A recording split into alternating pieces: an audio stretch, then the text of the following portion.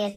दोनों बहनें अपने माँ पापा के साथ रहती थी। गरिमा बहुत समझदार और सुलझी हुई लड़की थी। सभी के साथ बहुत अच्छे से बात करती, लेकिन पायल बहुत घमंडी और बदतमीज थी। गरिमा उनकी सौतेली बेटी थी और पायल अपनी बेटी। सौतेली बेटी होने के कारण उसकी माँ कभी उसके साथ अच्छा व्यवहार नहीं करती, हमेशा नौकरों की तरह काम करवाती थी और अपनी बेटी को लाल प्यार से रखती थी। घर में सिर्फ उसके पिता ही थे जो गरिमा को थोड़ा बहुत स्नेह देते थे। एक दिन गरिमा की माँ अपनी बेटी पायल के साथ बाजार जाने की तैयारी कर रही थी।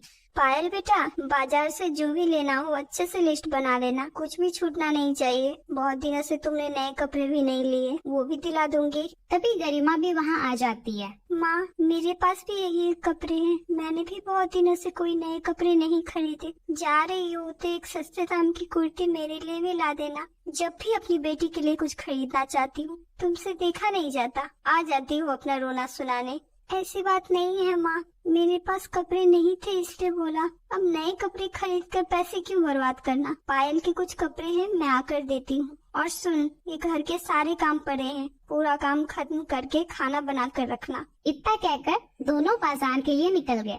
गरिमा अकेले ही सारे काम को खत्म करने के बाद खाना बनाने चली गई। तभी उसके पापा घर आते हैं। गरिमा बेटा, अकेले ही खाना बना रही हो?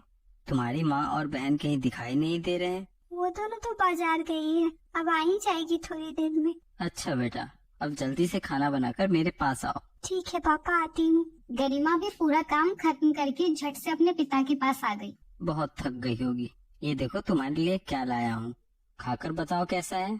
गरिमा ने जैसे ही खाना शुरू किया तभी उसकी माँ और बहन बाजार से आ गई और उसे खाता देख जोर जोर से चिल्लाने लगी। वाह, मेरे पीठ पीछे ये सब होता है। मैं ना रहूं तो ऐसे छुपा छुपा कर अपनी बेटी को अच्छी अच्छी चीजें खिलाते हो।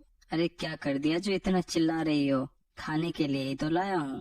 पूरे दिन काम करके थक जाती है लेकिन कोई पूछने तक नहीं आता। क्या जताना चाहते हो? सौतेली माँ हूँ तो मैं प्यार नहीं करती?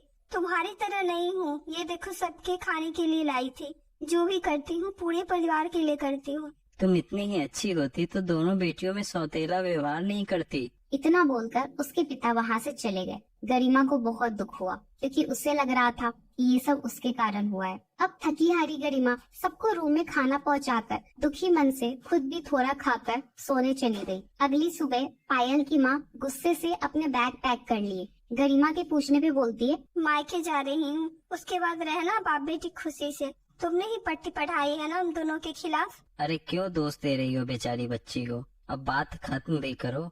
ये सब देख गरिमा बोली, मैं ही चली जाती हूँ, आप कहीं मत जाइए। कोई कहीं नहीं जाएगा। बोलकर गरिमा के पापा अपनी पत्नी को समझाने लगे। बहुत मुश्किल से उसकी सौतेली माँ खुश हुई। इसी तरह समय बीतने लगा, लेकिन उसकी सौतेली माँ का और उसकी बहन पायल का व्यवहार गरिमा के प्रति कभी नहीं बदला। ऐसे ही अक्सर हर छोटी बड़ी बातों पर दोनों मिलकर गरिमा को सुनाया करती थी। इतना सारा काम करने के बाद भी कभी उसकी सौतेली माँ गरिमा को अपनी बेटी जैसा प्यार नहीं देती। घर की ऐसी हालत देखकर उसके पिता ने सोचा, गरिमा की शादी कर देते हैं, वो भी यहाँ से चली जाएगी तो उसके साथ इतना गलत नहीं होगा। जहाँ भी रहेगी यहाँ से ज्यादा सुखी रहेगी। यही सब सोचकर गरिमा के पापा धीरे धीरे सोने चांदी से बने गहने और बाकी सामान इकट्ठा करने लगे ताकि शादी अच्छे से हो जाए। ये बात उसकी सौतेली माँ को पता लग गई। तुम्हारी तो एक ही बेटी है जिसकी चिंता तुम्हें लगी रहती है। तो क्या करो, छोड़ दो? तुमने तो छोड़ ही दिया है, अब मैं भी कुछ न करूँ उसके लिए, यही चाहती हो ना? हाँ हाँ, सब कुछ तो तुम ही करते हो, मैं कहाँ कुछ करती हूँ किसी के लिए। मैं कुछ भी कर दूँ, तुम और तुम्हारी बेटी कभी मेरे लिए कुछ अच्छा नहीं बोल सकते। बस करो, कितना झगड़ोगे? क्या बोलना था ये बताओ। मैं सिर्फ इतना बोल रही थी कि पायल भी तो शादी के लायक हो गई है, उसके लिए भी तो कुछ सोचना है, उसके लिए भी तो सामान खरीदना है। हाँ, ये बात भी बिल्कुल सही है। मेरे लिए दोनों बेटी बराबर है, लेकिन गरिमा पायल से बड़ी है तो पहले उसकी शादी होगी, फिर पायल ही बचेगी तो उसकी शादी की तैयारी भी अच्छे से करेंगे। तुम टेंशन मत लो। उसकी पत्नी चुपचाप अपने कमरे में चली जाती है और बैठकर सोचने लगी, मुझे इसकी बातों पर बिल्कुल भरोसा नहीं है। मैं नहीं चाहती कि मेरी बेटी की शादी में कुछ भी कमी रहे।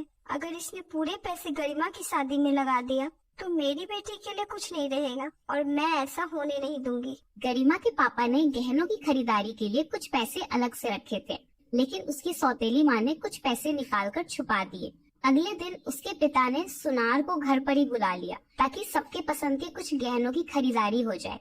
गरिमा घर में काम कर रही थी और उसके माँ पापा गहनों के डिजाइन पसंद कर रहे थे। अरे क्या सोच रही हो बहन जी, बहुत अच्छी अच्छी डिजाइन लेकर आया हूँ, बहुत सुंदर लगेगी बिटिया पर और आप पर भी। सब डिजाइन पसंद कर रहे थे, तभी पायल भी वहाँ आ जाती है। वाह, कितनी अच्छी डिजाइन है, मेरे लिए ले रही हो माँ? नहीं, अभी अपनी माँ को लेने दो, तुम्हें बाद में दिला दूंगा। ये सुनकर पायल उदास हो जाती है। मेरी बेटी को ये डिजाइन पसंद है, तुम ले लो, मैं बाद में ले लूंगी। ठीक है, दोनों ले लो। अब जब पैसे देने की बारी आती है तो पैसे कम पड़ जाते हैं। इतने ही पैसे हैं? हाँ, तो जितना रखा था उतना ही होगा ना। अरे कोई बात नहीं भैया, बाद में भिजवा देना, अपने ही घर की बात है। इतना कहकर सुनार वहाँ से चला जाता है। अब देखना ये है कि सौतेली माँ गरिमा की शादी धूमधाम से होने देती है या नहीं। आगे की कहानी देखने के लिए कहानी वाले चैनल को सब्सक्राइब कर ले। मिलते हैं इस कहानी के पार्ट 2 में।